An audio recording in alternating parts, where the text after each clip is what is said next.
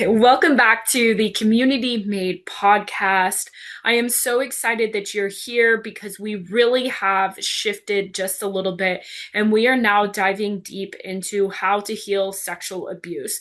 So, if you are a survivor of any type of sexual abuse, childhood or otherwise, this space is going to be for you. You will deeply and truly learn how to heal from your sexual abuse without actually reliving it. Today, we are actually going to talk about the number one way that you can begin to heal from sexual abuse without actually having to tell anyone. One of the biggest things that I experienced in my life and with the lives of my clients is that you don't necessarily want to tell anybody. And a lot of that has to do with you don't want to tell yourself. You don't want to face it, right? So if you don't want to face it, if you don't want to deal with it, how are you possibly going to tell another human being about this? And there's so much out there that you have to tell your story in order to heal. And I respect that. And I think that it's partially true. However, I feel like not all of us are ready to quote unquote air out our dirty laundry because when you first begin to heal, that's exactly what it feels like. It feels like you are putting people under the bus. It feels like you're tattling. It feels like you're doing all the things that you were probably told your whole life not to do by sharing your story, especially if there are people in close proximity to you and your family that are involved. And that makes things so much more complex. So naturally, we don't really want to tell anybody. And I believe that you can begin healing your sexual abuse without actually going to a therapist or a coach. And I know that that sounds crazy because it's like, okay, Angela, why would you be telling me this if you're a coach and all of these things? It doesn't do you any favors. Well, the thing is that it doesn't do me any favors, sure, of course not, but I've been through it. And so I know that you don't necessarily have to start healing your sexual abuse by telling someone. That's not actually how I started healing from mine. And I didn't even realize for a very long time that I had actually been healing my sexual abuse. I wasn't just necessarily taking it head on. What I was doing is I was clearing out all this other stuff that was surface level that created room and space so that I could take on my sexual healing head on. So, yes, you will eventually want to share this with someone in a safe place that you trust.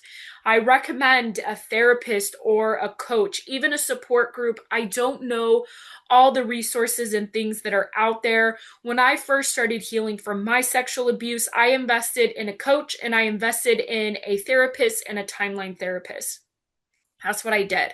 So I do recommend that eventually you do want to be in a place to be able to feel safe enough to share your story. However, how do you get to that point? And I feel like this is something that is missed a lot and ignored because we automatically think that because it's happened to you, or maybe you've even made a report, that you should just automatically begin healing from it and telling everybody. And that's not really the case, right? It's never black and white. So, how do you actually begin healing without telling anybody? And you're going to tell yourself. I know that that sounds wild, but you're going to write it out. Journaling is a huge piece to healing your sexual trauma. Not only is it a huge piece for healing your sexual trauma, I journal so much. I used it so much while I was healing from sexual abuse. When you work with me one to one, I require you to journal along with doing guided meditations so that you have an idea of what's expected to you if you do decide that working with me is aligned for you. But you don't even have to really begin with taking your sexual abuse head on. I actually talk about this in the bonus resources of the new journal that I just released. The new journal is so cute. I absolutely love it. It's called the Heal, Embody, and Elevate Journal. It just has blank pages so that you can write in it. And so if you attend any of my workshops, you can actually use that journal to write in. So they're just blank pages, but there's also adult coloring pages in there that have affirmations for survivors. I love it. It's so cute. I'll link it down for you so that you can check it out. So you can just begin that way. What you want to do is you can just write about your day. I recommend, even if you struggle, okay, well, how long am I supposed to write? What do I write? What I recommend that you do is you start off what you are willing to commit to. I know that it's a little bit crazy to talk about like habits and routines and things like that.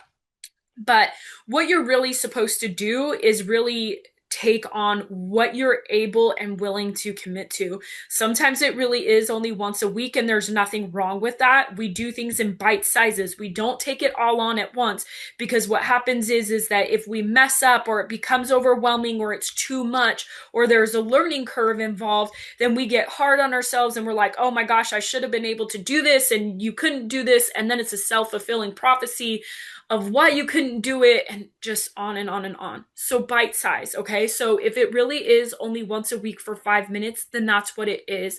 If it's 3 times a week for 5 minutes, then that's what it is. If you can commit to every single day, I'm all for that. And you do it for 5 minutes, and that's how you start. And what you're going to do is you're just going to write, this is what happened today in my day, or this is what happened yesterday, or this is how I'm feeling. And you just write and write and write until the timer goes off or until your heart's content. And then that's how you build up this routine, this ritual with your journaling. And then maybe you'll let go of the timer, or maybe you'll increase how many more times you are writing. And even if you don't know what to write, I get this all the time. I don't know what to write. All you have to write is, I don't know what to write. I don't know what to write, until something else comes flowing out of your paper. What happens is we make things so much more complicated than it needs to be. So as you continue to write about your days and you just go on, what happens is you kind of start digging at things naturally. Well, why did that happen? Why did I feel that way? What is really coming up for me? Oh, maybe that really didn't have anything to do with that argument with my boyfriend or whatever the case may be. Or maybe my child really did trigger me and it had nothing to do with my childhood and it had nothing to do with my child and everything to do with my childhood, right? So you just naturally begin to start to dive into these, and it creates more space for you to then take on your healing head on. The more and more comfortable you get with writing your own story, writing your own experiences, the easier it's going to be for you to share with someone else that you trust, and it's in a safe place, because you do not just tell anybody about your history. Okay, I'm in this position where I do essentially tell everybody, but I have healed and feel safe enough that I don't really worry about what the repercussions of that are. Whereas when you're first beginning to heal, or you are in your healing stages or era, whatever you want to call it, you really do want to be very conscious of who you are telling, because you don't want to just tell everybody. It's not for everybody to know, and that's completely okay. Or if you do want to tell everybody, hey, that's your business too. But just know that you want to be prepared for the repercussions of that, and we'll share that for another day. But this allows you to open up and really share about what is truly going on with yourself. Again, the more comfortable you get with sharing what's going on with yourself, the easier it's going to be for you to open up to another trusted human being, and the easier it's going to be for you to heal. Additionally, this becomes such a good such a good companion, if you will, to therapy and coaching, etc. And so you can continue to add things into your life to make healing so much easier.